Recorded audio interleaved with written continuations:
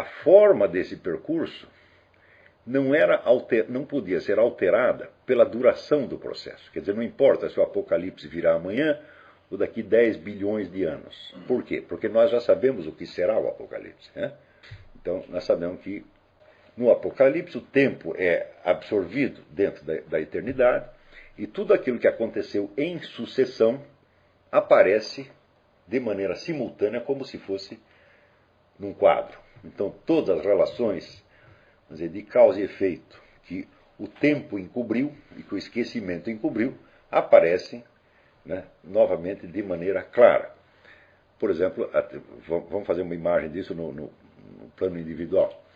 Quer dizer, as suas ações que desencadearam consequências sobre a sua própria vida, sobre a vida de terceiros. Tente imaginar, faça para você mesmo essa pergunta, quer dizer, em que as minhas ações desencadearam consequências na vida de outras pessoas? Você vê que isso é inabarcável. Então, às vezes chega uma pessoa para mim e fala, pô, tal dia assim você falou uma coisa que para mim foi decisiva, mudou minha vida, mas eu nem me lembro de ter falado aquilo. Né? Ser no sentido bom, ser no sentido mal. E a coisa desencadeou consequências que escapam totalmente da minha percepção. Ou seja, o esquecimento vai apagando a unidade da sua história. Quando o tempo é reabsorvido na eternidade, todas estas conexões que o tempo e o esquecimento apagaram aparecem de novo, porque da eternidade nada se perde. Né? Quer dizer, tudo o que sucede no tempo, por mais fugaz e transitório que seja, tudo que acontece não desacontece. Ou seja, o acontecimento não pode ser reabsorvido no nada, não pode voltar a ser um nada. Desde que a coisa entrou na esfera do ser, ela está ali eternamente. Ela não aparece por quê? Porque o tempo é uma contínua destruição de si mesmo. O tempo vai passando e ele vai apagando a si mesmo. Né? Mas na esfera da eternidade, tudo aquilo está lá gravado para sempre. Então, o Apocalipse é isso. É quando o tempo terrestre acaba e o conjunto das conexões, das causas e consequências aparece tudo de uma vez e se torna visível para todos os seres humanos. Né? Então, se a figura do fim dos tempos é esta, então pouco importa que a história dure um pouco mais ou um pouco menos. Por quê? Porque a duração total da história é um nada em face da eternidade. De pouco importa a história durar mais 10 anos, mais 20 anos, mais 100 anos, ou mais 100 trilhões de anos. Somando tudo isso, eu digo, bom, é um nada em face da eternidade. E tanto faz que na eternidade estejam gravados as conexões todas de 10 mil anos ou de 10 milhões de anos. A diferença é relativamente pouca. Se você sabe, sempre comparando, vamos dizer, o finito com o infinito. Então, dentro desta ideia de uma passagem do tempo para a eternidade, então, a concepção, vamos dizer, de um percurso histórico se tornava pensável, pouco importante a duração do percurso. Ou seja, aconteça o que acontecer, vai terminar assim. O tempo cessará e tudo se transportará para a eternidade e tudo que estava oculto aparecerá. Tudo que foi esquecido será relembrado. Tudo aquilo que era incompreensível se tornará compreensível. Tudo aquilo que foi perdido está reconquistado. E assim por diante. Né? Então, note bem que isso aí permitia formar uma ideia da história humana como unidade sem prejulgar qual é o curso exato que as coisas vão tomar aqui. Porque o fato de você saber como tudo vai terminar, bom, você não sabe como que você vai chegar nesse término.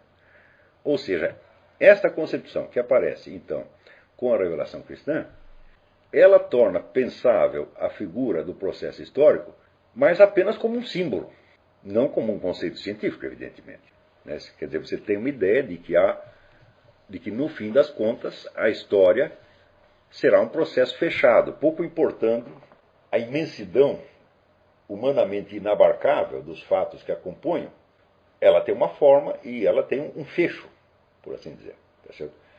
Mas, se isso permitia que essa ideia se tornasse pensável, ela só era pensável mais ou menos como um negócio de uma assíntota, quer dizer, é uma curva que vai se aproximando de uma outra reta, aproximando, mas quando ela vai aproximando, ela vai virando um pouquinho mais, então você nunca sabe quando vai emendar e se vai emendar um dia. Quer dizer, quanto mais perto chega, mais se desvia.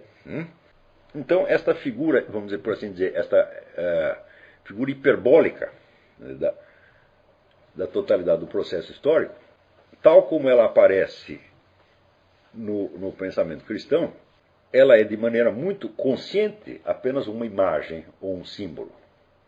Ou seja, nós conseguimos conceber a história humana como uma totalidade fechada, que tem uma forma, mas nós não sabemos precisamente qual é essa forma e jamais saberemos. Né? Sabemos como vai terminar, mas não sabemos o que vai acontecer. O próprio Cristo, quando lhe perguntam quando virá o fim do mundo, ele disse, isso só Deus Pai sabe. Veja que coisa, ele está dizendo, eu não sei. Ora, nós sabemos que Jesus Cristo é o Logos, é a inteligência divina. Né? E Deus Pai é o poder divino, é a vontade divina. Então, isso significa que o fim do mundo é uma livre decisão da vontade divina. Né?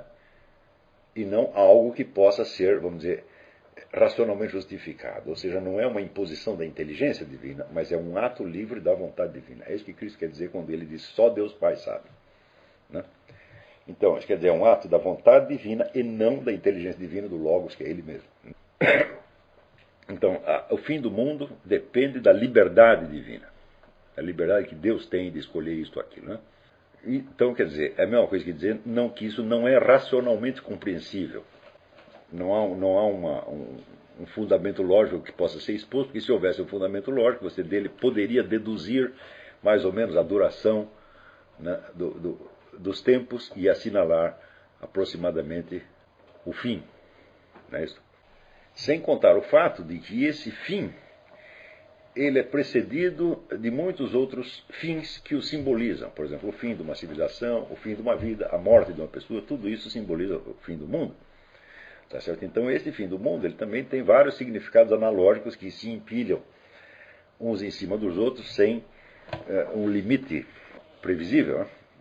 Então, estou dizendo aqui, com o cristianismo, pela primeira vez, se torna acessível ao ser humano a ideia muito vaga de um percurso total da humanidade. Mas esse percurso só é tornado total, ele só adquire uma forma porque ele tem um fim. Isso não quer dizer, de maneira alguma, no seu conteúdo, quer dizer, nos vários processos que o compõem, ele tem uma unidade substantiva. Um processo histórico humano tem uma unidade substantiva. Quando você vai tentar recompor essa unidade no ponto de vista substantivo, quer dizer, por assim dizer, quantitativo, você não consegue. Você vê que existem inúmeras linhas de desenvolvimento histórico que não tem nada a ver umas com as outras e que se desenrolaram de maneira totalmente independente, sem que um sujeito aqui tivesse a notícia do que os outros estão fazendo lá. Então você diz, bom, o conjunto tem uma unidade, por quê? Porque ele tem um término, porque essa história se desenrola num lugar determinado, que é o planeta Terra, e porque ela tem um término. O que nós podemos apreender da forma total do percurso humano é só isto. Agora, substantivamente, qual é essa forma, no sentido interno? Quer dizer, como se desenrolou o processo histórico? E quais são as leis, entre aspas, que o determinam? Tá certo? Isso não dá para a gente saber. Isso é absolutamente inacessível.